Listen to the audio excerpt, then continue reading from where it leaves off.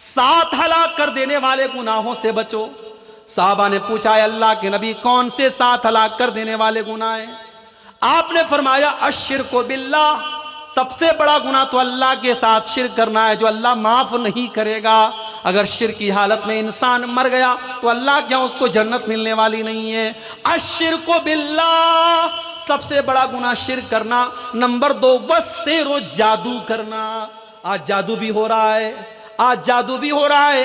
آج ایک دوسرے سے حسد اور جلن میں لوگ ایک دوسرے کے اوپر جادو بھی کروا رہے ہیں، عورتیں بھی جادو کروا رہی ہیں، مرد بھی جادو کروا رہے ہیں۔ جادو کرنا کرانا حرام ہے۔ اللہ کے نبی کہتے ہیں ہلاک کر دینے والا دوسرا بڑا گناہ جادو کرنا۔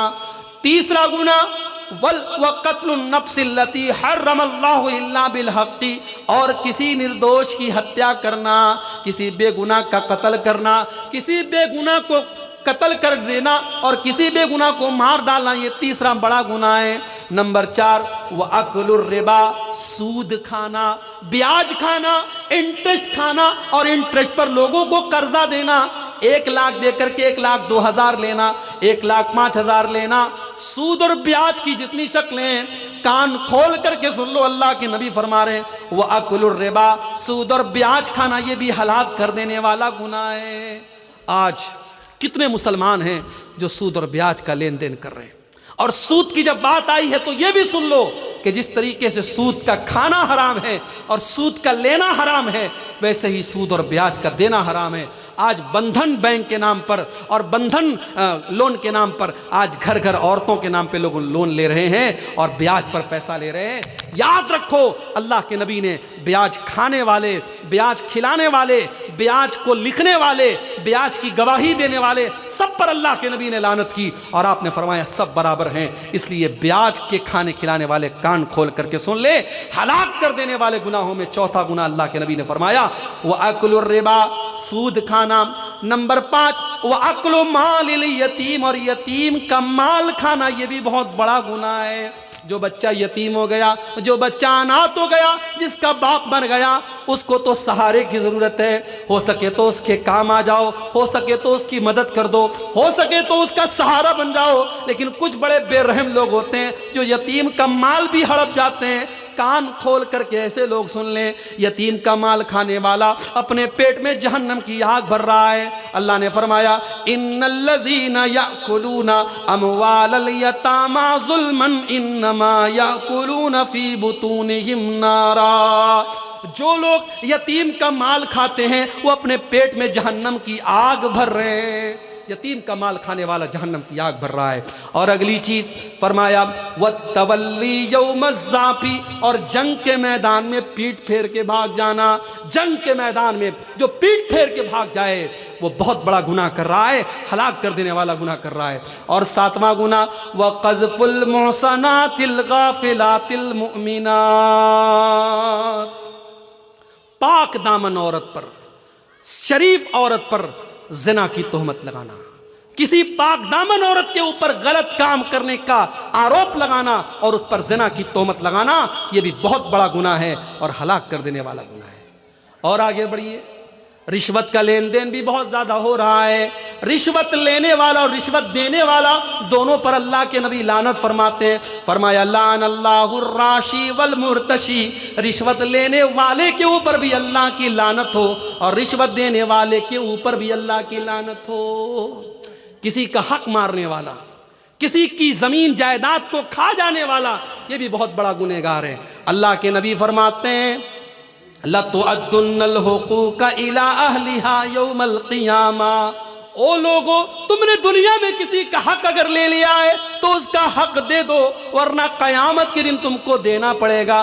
حَتَّى يُقَادَ لِلشَّاةِ الْجَلْحَاءِ مِنَ الشَّاةِ الْقَرْنَاءِ، یہاں تک کہ اگر سینگ دار بکری نے بغیر سینگ والی بکری کے اوپر ظلم کیا ہے، اگر سینگ والی بکری نے بغیر سینگ والی بکری کو مارا ہے تو قیامت کے دن اس بکری سے بھی قصاص لیا جائے گا۔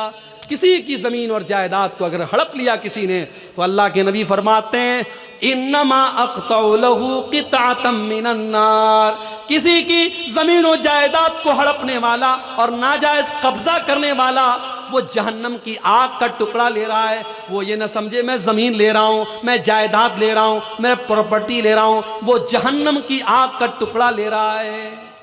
اسی طریقے سے شراب پینے والا، جو شراب پیتا ہے، اور جب شراب کی بات آئی ہے تو کان کھول کر کے سن لیجئے، جتنی چیزوں کے اندر نشہ ہے، چاہے وہ سگریٹ کی شکل میں ہو، چاہے وہ گٹکھے کی شکل میں ہو، چاہے وہ تمباکو کی شکل میں ہو، نشہ اور جتنی بھی چیزیں ہیں، جتنی چیزوں کے اندر نشہ ہے وہ تمام کی تمام چیزیں حرام ہیں۔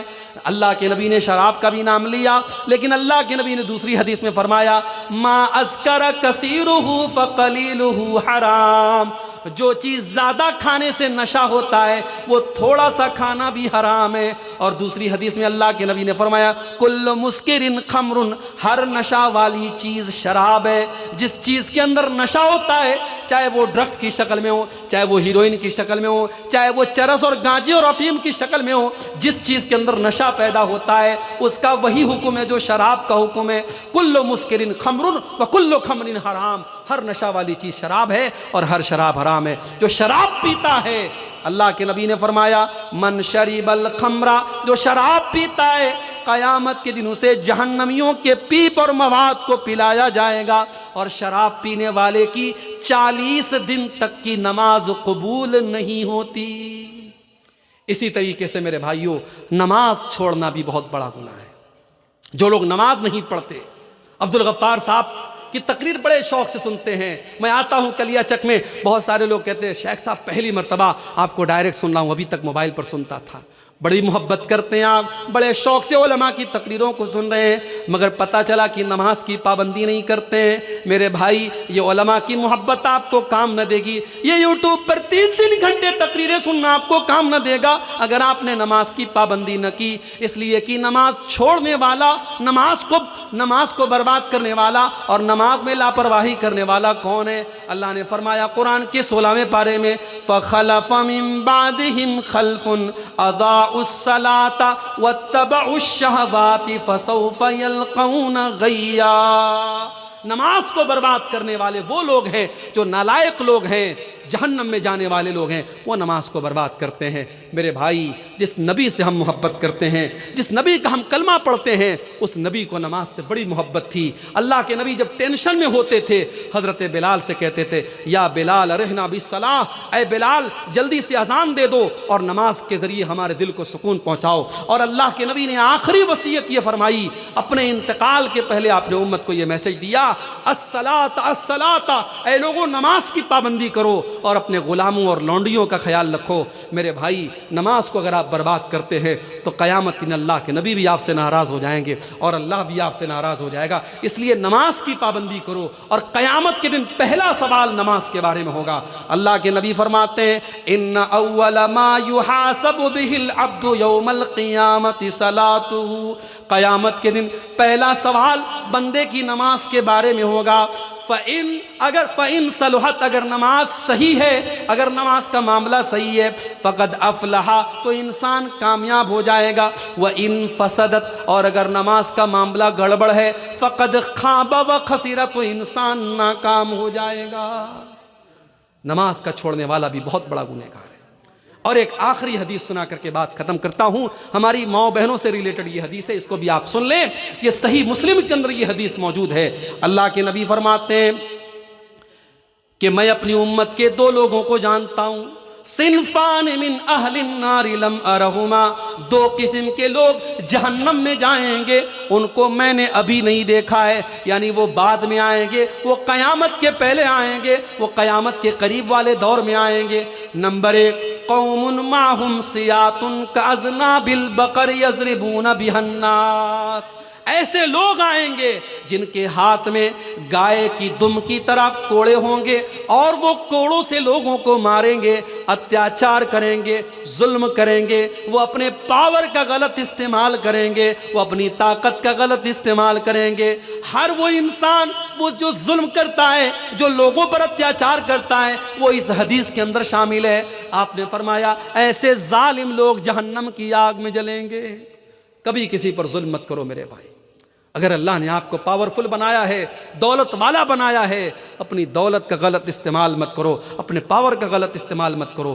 یاد رکھو جس پر ظلم کرو گے اگر اس کے منہ سے بد دعا کی آواز نکلی تو اللہ کے نبی فرماتے ہیں کہ مظلوم کی بد دعا کے درمیان اور اللہ کے درمیان کوئی رکاوٹ نہیں ہے، اس کی بد دعا ڈائریکٹ اللہ کے پاس جاتی ہے، اور مظلوم نے اگر بد دعا کر دی تو آپ کا کام تمام ہو جائے گا، برباد ہو جائیں گے آپ۔ اس لیے کسی پر کبھی ظلم مت کرنا میرے بھائی۔ تو یہ پہلی کیٹیگری کے لوگ ہیں جو جہنم میں جائیں گے۔ اور دوسری کیٹیگری کون ہوگی؟ فرمایا وَنِسَاءٌ كَاسِيَاتٌ عَارِيَاتٌ مُمِيلَاتٌ مَائِلَاتٌ، ایسی عورتیں جو کپڑا پہننے کے باوجود ننگی ہوں گی، کپڑا پہننے کے باوجود ننگی ہوں گی، یعنی ان کا ڈریس ایسا ہوگا، ان کا کپڑا ایسا ہوگا جو ان کے شریر کو پردرشت کرے گا، ان کی باڈی کو ایکسپوز کرے گا، وہ اپنے جسم کو نظر دکھائیں گی، اپنے شریر کا پردرشن کریں گی۔ کاسیاتن عاریاتن، کپڑا پہننے کے باوجود ننگی ہوں گی۔ آج کہنے کی ضرورت نہیں ہے کہ آج مسلمانوں کے گھروں میں ایسے کپڑے پہنے جا رہے ہیں۔ پورا کپڑا نیٹ کا کپڑا ہے، پوری آستین نظر آ رہی ہے، پوری بیک لیس آج جو ہے کپڑے پہنے جا رہے، پوری پیٹھ نظر آ رہی ہے، پیٹ نظر آ رہا ہے، پورا شریر نظر آ رہا ہے، کپڑا پہننے کے باوجود وہ عورت ننگی ہے، اور مسلمانوں کے گھروں میں ایسے کپڑے پہنے جا رہے ہیں۔ آپ نے فرمایا ممیلات مائلات، ایسی عورتیں جب چلتی ہیں ان کی چال کے اندر بھی بے حیائی ہوتی ہے، وہ اپنی چال کے ذریعے دوسروں کو آکرشت کرتی ہیں، وہ شرما شرما کے نہیں چلتی، وہ تو اترا اترا کے چلتی ہیں، وہ تو بے حیا اور فاحشہ عورتوں کی طرح چلتی ہیں۔ مائلاتن، اور خود وہ ان بے حیا لوگوں کی طرف مائل ہوتی ہیں، ان کی چال بھی بے حیا عورتوں کی طرح ہوتی ہے، اور وہ غیر مردوں کی طرف آکرشت ہوتی ہیں۔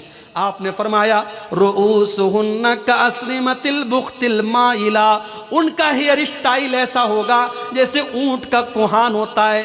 انٹرنیٹ پہ جا کے دیکھ لینا اونٹ کے کوہان والا ہیئر اسٹائل کیسا ہوتا ہے۔ اگر آپ کے گھر کی بہن بیٹی ایسا ہیئر اسٹائل بناتی ہے جو اونٹ کے کوہان کی طرح ہے تو اپنے گھر کی بہن بیٹیوں کو منع کر دینا۔ یہ جہنمی عورت کی نشانی بتائی گئی، رؤوسہن کاسنمۃ البخت المائلہ، اونٹ کے کوہان کی طرح ان کے بالوں کا جوڑا ہوگا، ان کا ہیئر اسٹائل ہوگا۔ آج کل میک اپ کے نام پہ کیا کیا ہو رہا ہے۔ ابھی میری اہلیہ ایک دن بتا رہی تھی کہ آج کل کوئی وہ ہونٹ میں کوئی انجیکشن لگا کر کے ہونٹ کو موٹا کرتی، یعنی یہ کیا کیا ہو رہا ہے۔ پلک کو جو ہے آئی برو کو بالکل جو ہے برابر کر دیتی ہیں اور اس میں کاٹ چھانٹ کرتی، جبکہ اللہ کے نبی نے متنمسات جو آئی برو کے ساتھ چھیڑ چھاڑ کرتی۔ ہاں اگر کسی عورت کی آئی برو عام عورتوں کے مقابلے میں بہت زیادہ عجیب و غریب لگ رہی ہے، بدصورت والی کیفیت ہے، تو اس کو وہ صحیح کر سکتی ہے، لیکن خوبصورتی کے نام پر اچھی خاصی اپنی آئی برو کو سیٹ کرنا یہ صحیح نہیں ہے، اور ہونٹ کے اندر انجیکشن لگا کے ہونٹ کو موٹا کرنا یہ حرام ہے میری ماں اور بہنوں۔ ہاں کسی عورت کے اگر چہرے پر بال آ گئے، ظاہر ہے کہ عورت کے چہرے پر بال نارملی نہیں آتے تو ان کو وہ ریموو کر سکتی ہے، ان پر ویکسنگ وغیرہ کروا سکتی ہے، مگر نارمل اپنے بالوں میں ویکسنگ وغیرہ کروانا یہ صحیح نہیں ہے۔ تو فیشن کے نام پر آج بہت کچھ ہو رہا ہے۔ آپ نے فرمایا ایسی عورتیں جو بے حیائی کے کام کریں گی اور فیشن کے نام پر بے حیائی کریں گی، لا يدخلن الجنت، ایسی عورتیں جنت میں نہیں جائیں گی۔ جنت میں جانا تو بڑی دور کی بات ہے، ولا یجدن ریحھا، وہ جنت کی خوشبو بھی نہیں پائیں گی۔ اس لیے ہماری مائیں اور بہنیں اس حدیث کو سننے کے بعد اپنی اصلاح کر لیں، اپنے لباس اور اپنی ڈریس کو صحیح کر لیں۔ اور آخر میں یہی کہنا چاہوں گا میرے بھائی کہ ایک عورت کا جنت میں جانا زیادہ آسان ہے۔ آج تک آپ نے یہ سنا ہوگا عورتیں جہنم میں زیادہ جائیں گی، مگر میں آپ کو طریقہ بتا رہا ہوں، عورتیں 4 کام کر لیں تو جنت میں چلی جائیں گی۔ عورتوں کا جنت میں جانا مردوں کے مقابلے میں آسان ہے۔